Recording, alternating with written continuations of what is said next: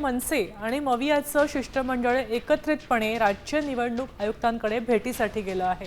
काही प्रश्न त्यांनी उपस्थित केलेले आहेत। ही बैठक सुरू आहे। 11 वाजता ही बैठक सुरू झाली होती। अजूनही ही बैठक सुरू आहे। यात चर्चेमध्ये काय निष्पन्न होतंय, कशा प्रकारचा प्रतिसाद या दोन्ही आयुक्तांकडून मिळतोय हे पाहणं महत्त्वाचं ठरणार आहे। ही बैठक झाल्यानंतर काही वेळातच हे सगळ्या पक्षाचे नेते एकत्र पत्रकार परिषद घेणार आहेत आणि त्यावेळी महाराष्ट्राला संबोधितही करणार आहेत। काल सुद्धा ही बैठक झाली होती आणि काल नंतर लगेच दुसऱ्या दिवशी आज पुन्हा ही बैठक होते। राज्यातल्या आगामी स्थानिक स्वराज्य संस्था आणि विधानसभा निवडणुकांच्या पार्श्वभूमीवर आता मतदान प्रक्रियेमध्ये पारदर्शकता यावी आणि त्याचबरोबर याद्यांमधल्या त्रुटींवर कारवाई व्हावी अशी मागणी या निवेदनामार्फत केली गेली होती। त्याच्यावर काल समाधानकारक उत्तरं मिळाली नाहीत आणि म्हणूनच आज राज्य आयुक्तांसोबत सुद्धा एकत्रित बैठक व्हावी अशी अपेक्षा या सगळ्या पक्षाच्या नेत्यांनी व्यक्त केली होती आणि त्याचप्रमाणे आज दोन्ही आयुक्तांसोबत ही बैठक होते। काही महत्त्वाच्या मागण्या शिष्टमंडळाच्या आहेत। त्यातली पहिली मागणी म्हणजे व्हीव्हीपीएटीचा वापर करावा।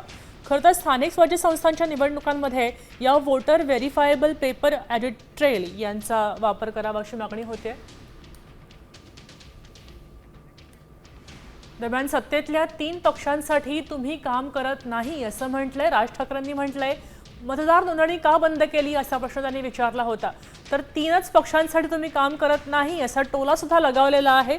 खरं तर आत्ता सत्तेमध्ये असलेले 3 पक्ष यांचा उल्लेख राज ठाकरेंनी केला होता। भाजप आणि भाजपसोबतच अजितदादांचा गट आणि त्यासोबतच शिवसेनेचे एकनाथ शिंदे अशा 3 पक्षांसोबतच तुम्ही काम करत नाही अशा प्रकारे खडसावून त्यांनी सांगितलेलं आहे। राज ठाकरेंनी काल सवाल उपस्थित केले होते आणि त्यानंतर आज त्यांनी पुन्हा आपल्यासोबत पुन्हा एकदा गिरीश कांबळे जोडले गेलेले आहेत। सविस्तर माहिती देतील गिरीश, काय सविस्तर माहिती द्याल?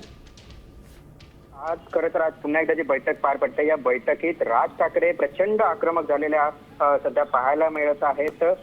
तुम्ही केवळ 3 पक्षांसाठी काम करायचं नाही, निवडणूक आयोग हा सगळ्यांसाठी समान आहे अशा पद्धतीने जर तुम्ही करत असाल तर आता हे चालणार आहे। 2022ला आम्ही बेसावध राहिलो, सगळं व्यवस्थित केल्याशिवाय निवडणुका घ्यायच्या नाहीत, इतकी वर्ष झाली, आता नाही होणार अशा पद्धतीचा इशारा या ठिकाणी राज ठाकरे यांनी या बैठकीत दिलेला आहे।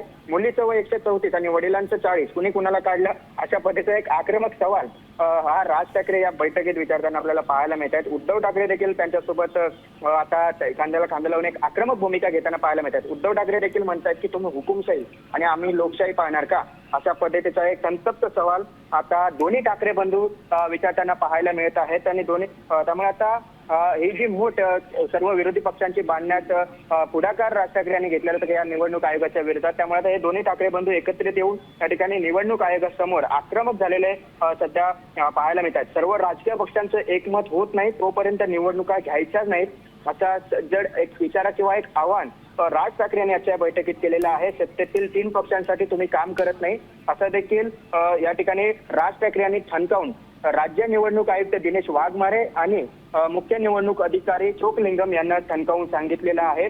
मतदार नोंदणी बंद करून लपवाछपवी कशासाठी असा सवाल देखील या ठिकाणी राज ठाकरे यांनी केलेला आहे। त्यामुळे आता हे जर आपण बघतोय की या बैठकीत काल देखील राज ठाकरे या बैठकीत आक्रमक होते, आज देखील राज ठाकरे प्रचंड आक्रमक झालेले पाहायला मिळतात आणि यात राज ठाकरे यांच्यासोबत उद्धव ठाकरे त्यांच्या मोठ्या बंधूची देखील साथ मिळत असून उद्धव ठाकरे देखील आता आक्रमक होत आता संतप्त सवाल या बैठकीत करत आहेत। त्यामुळे आता निवडणूक आयोग यावर जे अधिकारी काय उत्तर देतात हे देखील पाहावं लागेल। ज्या पद्धतीचा आरोप या ठिकाणी राज ठाकरे यांनी केलाय की तुम्ही 3 पक्षासाठी काम करत नाही, काम करायचं नाही, त्यामुळे आता या जो आरोप केलाय त्यावर हे काय उत्तर देतात हे देखील बघावं लागेल। त्यामुळे आता ही एक बैठकीला थोडंसं एक आक्रमक रूप मिळालेलं असं सध्याचं एक जी माहिती मिळते त्यावरून आहे। त्यामुळे जे प्रश्न काल उपस्थित केले होते त्याच्यावर अधिक जाऊन राज ठाकरे आज देखील प्रचंड आक्रमक झालेले आहेत। ज्या पद्धतीने तुम्ही ज्या मतदार याद्यांमधील घोळ आहे त्यावर तुम्ही काहीच बोलत नाही, केवळ तुम्ही 3 पक्षांसाठी काम करत आहात अशा पद्धतीचे एक आरोप आहेत ते या ठिकाणी या राज ठाकरे यांनी केलेले आहेत आणि त्यांना साथ या ठिकाणी आता उद्धव ठाकरे देताना पाहायला मिळत आहेत। निवडणूक आयुक्त असेल किंवा निवडणूक अधिकारी हे हुकुमशाही पाळणार आणि आम्ही लोकशाही पाळायची का, असा सवाल देखील केलेला आहे.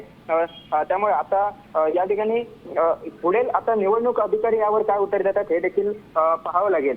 कारण आपण बघितलं तर अंतेश्वर गंगाराम शिंदे हा उदगीर मतदार आहे, त्याचा कोणताही ठाव ठिकाण नाही, असं एक जे काही गोंधळ सुरू होता मतदार याद्यांमधील जो काही समोर आला होता त्यावरून देखील आता प्रश्न विचारला जात आहे. विशेष करून आपण बघितलं तर दोन्ही ठाकरे बंधू या ज्या निवडणूक आयोगाचा जो काही कारभार आहे त्यावर मात्र आजच्या या बैठकीत प्रचंड आक्रमक झालेले सध्या पाहायला मिळत आहेत. सातत्याने एक संतप्त सवाल हे दोन्ही ठाकरे बंधू करतायत. एकीकडे वडिलांचं वय अधिक, मुलीचं